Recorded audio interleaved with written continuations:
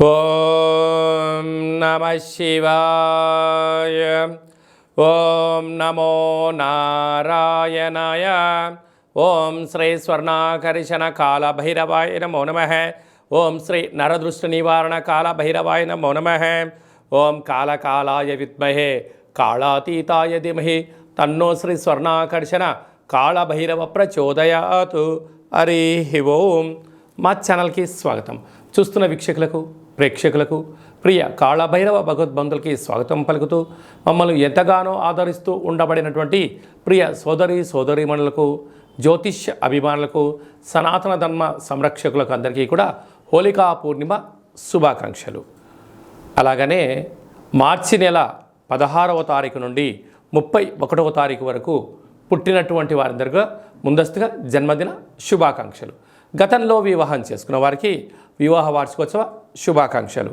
16/3/2024 నుండి 31/3/2024 వరకు ద్వాదశ రాశుల్లో గ్రహ గమనాన్ని ఒకసారి వీక్షింపచేద్దాం. మేషరాశిలో గురు సంచార స్థితి, కన్యరాశిలో కేతు సంచార స్థితి, కుంభరాశిలో కుజుడు శుక్రుడు మరియు శని సంచార స్థితి, మీనరాశిలో రవి బుధ మరియు రాహు సంచార స్థితితో ద్వాదశ రాశుల్లో గ్రహ గమనాలు ఈ విధంగా ఉన్నాయి. వృషభ రాశి వారు ఆదివారం అష్టమి తిథి ఎందున ఎలాంటి విధులను పాటించాలో ఈ వీడియోలో సవివరంగా సంపూర్ణంగా తెలుసుకుందాం. వృషభ రాశిలో ఏ నక్షత్రాలు వస్తాయనగా కృతికా నక్షత్రంలోని 2, 3, 4 పాదాలు, రోహిణి నక్షత్రంలోని 4 పాదాలు, మృగశిర నక్షత్రంలోని 1, 2 పాదాలను కలిపితే వృషభ రాశి. చాలామందికి పుట్టినటువంటి కాల సమయంలో డేటా బర్త్లో లేనటువంటి కారణం వలన పేరు యొక్క మొదటి అక్షరాన్ని అనుసరిస్తూ ఆ రాశిని తెలుసుకునే ప్రయత్నం చేద్దాం.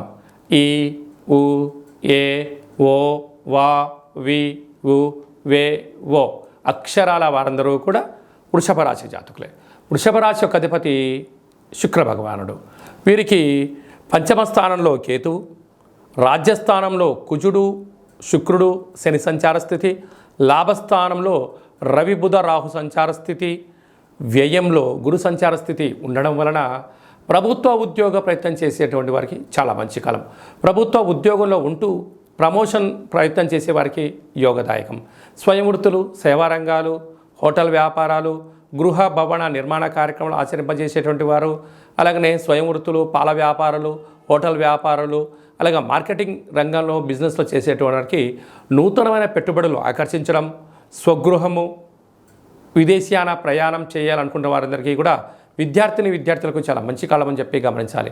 కాకపోతే వేములో గురు సంచార స్థితి ఉండడం వలన తెలుగు సంవత్సరాది చివరి అష్టమి, చివరి పూర్ణిమ సందర్భంగా విశేషంగా అనేక రకాలుగా ఇబ్బందులు పొంచి ఉన్నాయి. కనుక మీ జన్మ నక్షత్రం రోజున పూర్ణిమ అష్టమి తిథి ఎందున ఎలాంటి పరిస్థితుల్లో కూడా దూరవాయు జన ప్రయాణాలు పెట్టుకోకపోవడం, ఆవేశంగా లేకుండా ఆధ్యాత్మికంగా ఉండగలిగితే 90 రకాల సమస్యలను నివారించే పరిస్థితి ఉంటుంది. ఇలాంటి కాల సమయంలో మహాదేవుడికి తెల్లటి పుష్పాల చేత అర్చన, తెల్ల జిల్లేడు వృక్షం దగ్గర దీపం పెట్టడం, అలాగనే దత్తాత్రేయ స్వామిగా గురుచరిత్ర పారాయణం చేయడం వల్ల మీకు యోగదాయకం అని చెప్పి గమనించాలి. అందరికీ హోళీ పండగ శుభాకాంక్షలు. ఆ మహాదేవుడి యొక్క ఆశీస్సులు, రురు కాళభైరవ స్వామికి ఆశీస్సులు ఉండాలని కోరుకుంటూ ఆశీర్వచనం. ఓం శతమానం భవతి శతాయు పురుష సతేంద్రియ ఆయుష్యేవేంద్రియే ప్రతిష్టతి ధనం ధాన్యం బహుపుత్రలాభం శత సంవత్సరం దీర్ఘమాయు. సర్వే జనా సుఖినో భవంతు, లోకా సమస్తా సుఖినో భవంతు. సర్వం విఘ్నేశ్వరార్పణమస్తు.